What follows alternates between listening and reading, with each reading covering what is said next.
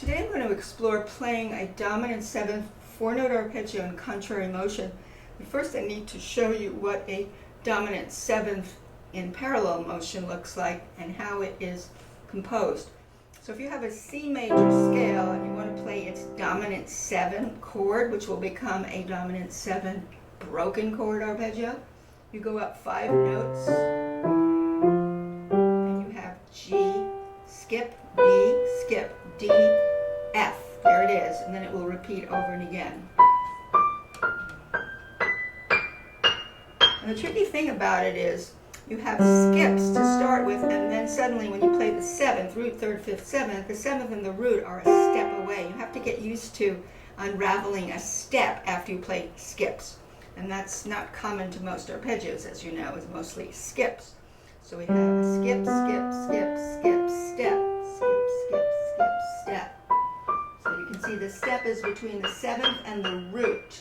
This is the 7th, 5th, 3rd, 7th, 5th, 3rd, root, 7th, 5th. So that's how it's composed. And the fingering is 1, 2, 3, 4, thumb, 2, 3, 4, thumb, 2, 3, 4, 5, 3, 2, 1, 4. For this one, it's not always going to look like this for some of the other dominant 7ths.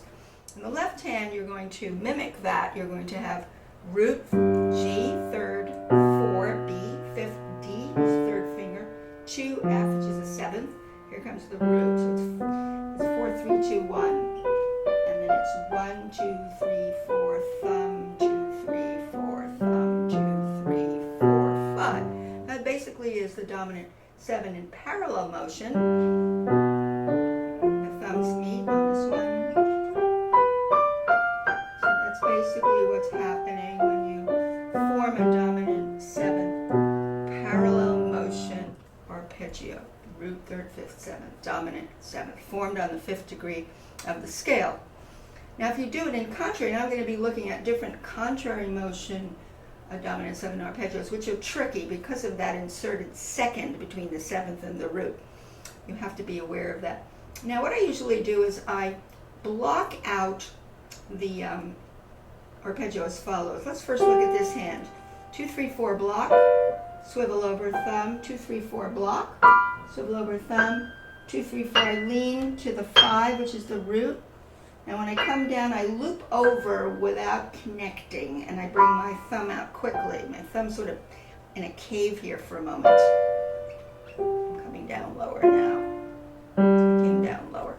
Okay, now in the left hand, it'll be thumb going in the opposite direction. 2, 3, 4, let go of 2, 3, swivel over. This is like a lateral float. And then coming back up, I'm going to have to loop over to the 4, 3, 2 block, which I don't try to connect, I just try to gauge the distance.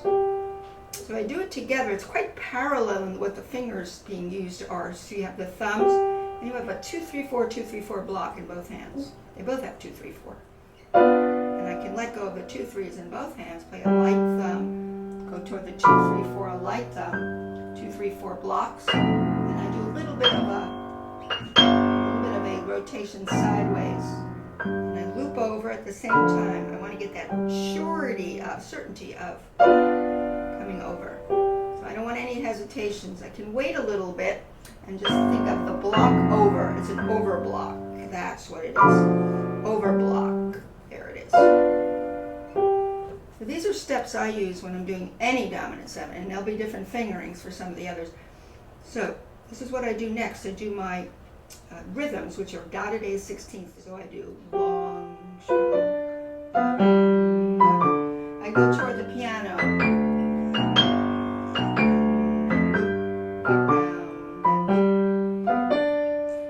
So I'm actually connecting it when I do these rhythms. You can see I connected when I came this way. When you go out this way, you have parallel lateral motion, and when you come over toward the root, you have parallel loops over.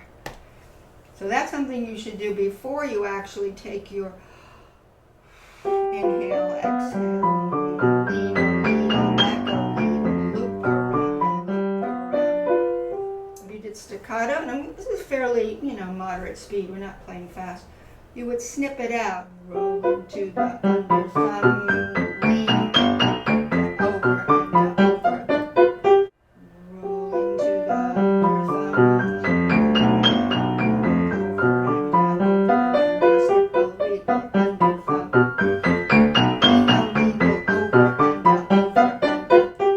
try to keep your hands open and wide. That's why I think of as the lengthy, long fingers. You cannot start cupping your hand, or you're not going to feel these long, big blocks that you're going block to block, block to block, and block to block. Roll through the blocks, roll through the blocks, drag the thing.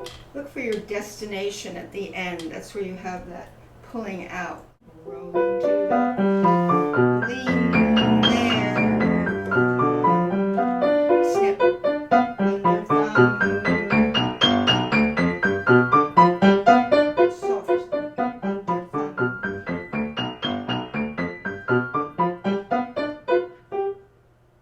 All the arpeggios that have 5 and thumb at the start, you will practice in clusters, such as even E major, although you'll have a G sharp here. It'll be the same idea of the 4, 3, 2, 2, 3, 4 blocks. You can see that. That would be parallel. Contrary, keep your hands hanging and off your relaxed arms and your supple wrists, and think broader fingers, longer fingers, stretched out fingers, so you can ply this arpeggio. They're actually mirror fingers, aren't they? Actually the same fingers going out, which is good news.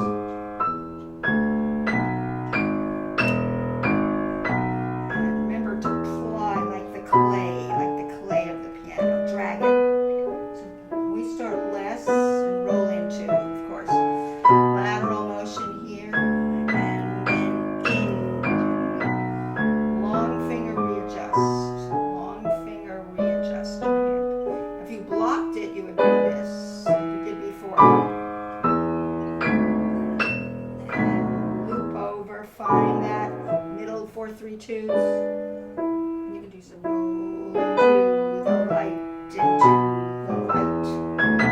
And most of the light thumb, light thumb. Those are the way to work it up before you just go roll into the, go to the blocks. I'm thinking block to block. Roll 2, 3, 4, 2, 3, 4. Over and again. That's the idea. The idea is to ply these blocks and roll through them and keep your thumbs light. Make sure the thumb gets under quickly to its destination. When you loop over, the thumb comes out quickly as well. So you're always readjusting to your hanging hands, your baseline position of your hanging hands off your hanging relaxed arms. The other thing is, don't have your head bobbing back and forth when you do these arpeggios. Pretty much look forward as you have peripheral vision for at least 2 of these octaves. And what I tend to do is lean toward my right hand, but you can lean toward your left hand and then go look straight ahead. So I would think roll into that straight ahead, lean to there, straight ahead. Lean to there, straight ahead. You can see that I wasn't going back and forth with my head. You don't want to do that, because that's extra energy taken away from the direct energy you need to go down your arms and to do these maneuvers that you're doing, which is complex enough. Okay, so now we've done a G7, we went over to an E7, we'll call it an E major 7 chord. I'm just randomizing this to pick different kinds of feels under your hand. So now I'm going to pick a tricky one, which would be an E flat 7 chord, which would be the dominant of A flat major or A flat minor. So if I walk up 5 notes in either major or minor scales parallel, to the same dominant, and I create a major triad with a 7th. That's what is a dominant 7. Now for this one, when you have a black note starting, you do not want to do things like this. Although some people might do that.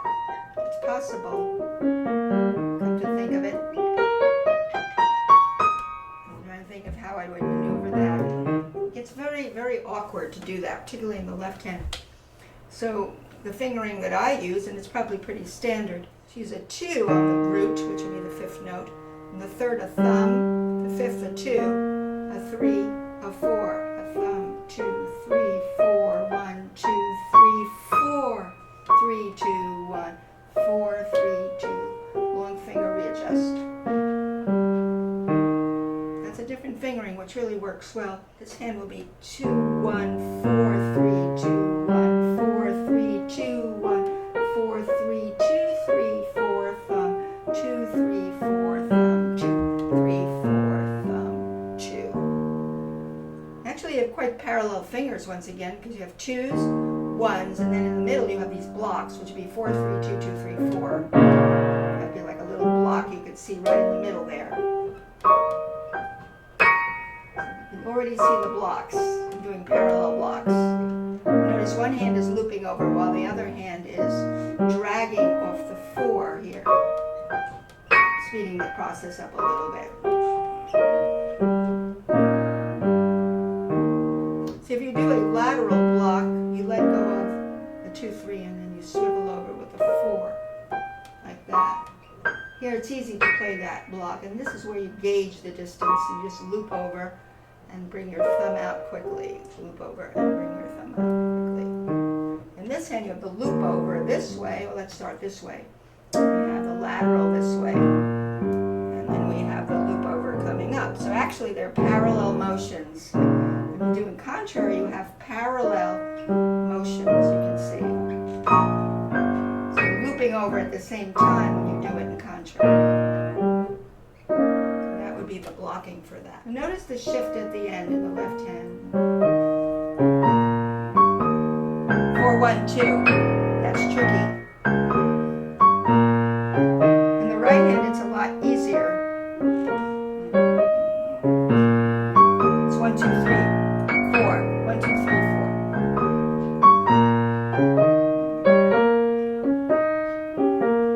Right hand is easier. 1, 2, 3, 4. Do, be, do, be, do, be, do, be. And that's why in this particular arpeggio, I would be looking at the end, the very last octave. I'd be leaning toward that hand and looking in that direction because of that awkward shift, which is the 4, 1, 2 shift. I can pretty much rely on this hand to have muscle memory on the cluster of this. I don't even have to look. It's just a 4-note close position block. It means that there's no shift here at the end. It's just 1, 2, 3, 4. Whereas in the other hand, as you noticed, right here, 4, 1, 2. That's tricky. So when I get to the end, I'm leaning toward the left hand. So these are, different combinations of things going on between the hands that particularly get tricky at the end when you don't start with a 5 and a 1 like you did today. As you recall, when we started today, we started with a very symmetrical last 4 notes. And 5 notes. 1, 2, 3, 4, 5. You can practically just block them out like this. If you have a small hand, you can make them in thirds, things like that. But you know that you're using the same fingers, 1, 2, 3, 4, 5 at the same time. Whereas on this one, at the end, you do not have that symmetry. You can see your thumb.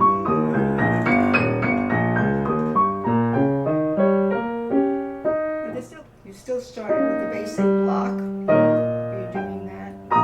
Now here's where it gets tricky. That's where it gets tricky. Okay, so that's a tricky one. Maybe I'll do one more that also starts on a black note. Today I did one with a student who was playing the key of D flat major. So we did an A flat 7 chord, an A flat 7. We walked up 5 notes in the D flat major scale, or it could have been the D flat minor scale. We got to the dominant 7, which would be A flat. Again, it's a black note, so we don't want to use the thumb there. 2, 1, 2, 3, 4, 1, 2, 3, 4, 1, 2, 3. This is very similar to what we just did. You could say this is an analog to the E7, E flat 7. So the analog is this one. Right? So you actually practiced the E flat 7 helps with the A flat 7, indeed. And so let's see, first we do this. It feels very similar, transposed. So it's not going to feel much different.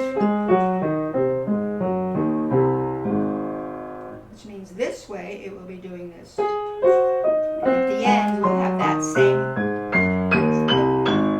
the 4, 1, 2 at the end.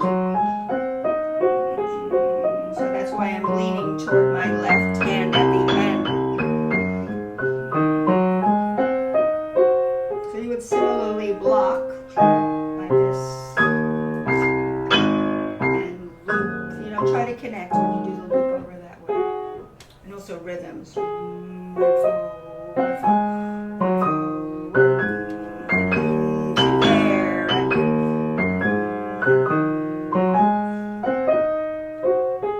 Trying to do speed today because this piano has got so many stickies from the heat. I can barely move my hands quickly over the keys because it's got a lot of moisture here. So I think we covered today a G7 chord, which is related to C, a dominant 7. We covered an E7, which related to A major and A minor. We did an E flat 7, which relates to A flat major or A flat minor. And we ended up with an A flat 7. I'm trying to think if there are any other tricky ones. There is probably, I'm looking now at a very tricky one. I can't leave this one out. An F sharp 7th, which would relate to B major, which would be, or B minor. So if you walk up 5 notes in B major, you get to F sharp, or B minor, you get to F sharp. So the notes would be F sharp, A sharp, C sharp, E. Now we cannot use, for an arpeggio, we cannot use the thumb on the block note. It's too awkward to do it that way. So we have to reconfigure or rearrange our fingers for this one. The best fingering is this. We have F sharp 2, A sharp 3, C sharp 4, thumb E. So this is the root, 3rd, 5th, 7th, 2, 3, 4 thumb. Now at the end, I use a 3, 1, 3. That's a solid fingering for me. And then I come back down, thumb 4, 3, 4, 3, 2, thumb 4, 3, 2. Hard to talk and play at the same time. 2, 3, 4, 1, 2, 3, 4, 1, 3, 4, 1, lean, 2, 3, thumb 3, 1, 4, 3, 2, 1. Now this one feels different than the others that I did today. Because the others I did had a black, white, black, black, black, white. So same with this one. Black, white, black, black, black. This one is 3 black notes and a white note, which is the 7th of the white note, you can see. So it's quite different than the others. But they're kind of mirror fingers because the left hand would be 4, 3, 2, 1, 4, 3, 2, 1, 4, 3, 2, 1, 3. I'm showing parallel motion first, of course. So I know the fingering in reverse because it's the same fingering, only going backwards. Contrary motion, I would start with the 2s here. 2, 1, 2, 3, 4, 1, 2, 3, 4, 1, 2, 3, 4, 3, 2, 1, 4, 3, 2, 1, 4, 3, 2, 1, 2.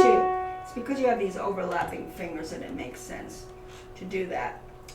Now, if you were doing this separate, like this, I might use a 3 over. You don't have to, you can use a 2 over. But for this, I would make sure my 2s meet here. So again, 2, so 2, 1. One hand is 2, 1. Now we have to see where it's snaggy. So this isn't so terrible, but at the end, the right hand has the shift, the 4, 1, 3 here. The left hand I can rely on to feel as a block. You can see why. Look at my left hand, what it does compared to my right hand.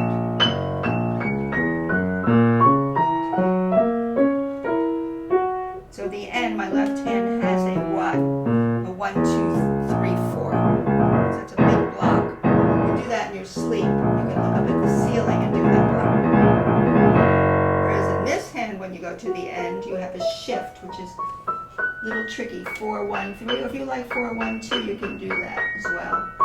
I'm used to doing a 1, 3 at the top. So what do I do is I look to this side when I get to the very end, not the left hand. I'm looking at the more awkward shift, which is that one. Now if you had to block this, you would block single note. You'd have, here's your block, the F sharp, A, C sharp. So you block, your thumbs meet on the blocks. And this is tricky because at the end here, you have a block of 3 notes and a single note against that. So here's a single note against a 3-note block. That's how you would do it, and you'd come back in this way, over, and did I do this right? Yes. Block and block, and then I'm doing the 3-note block. The E's meet the 3-note block, and this. There's your blocks. And then you can do this. You can see how tricky this can be at the end.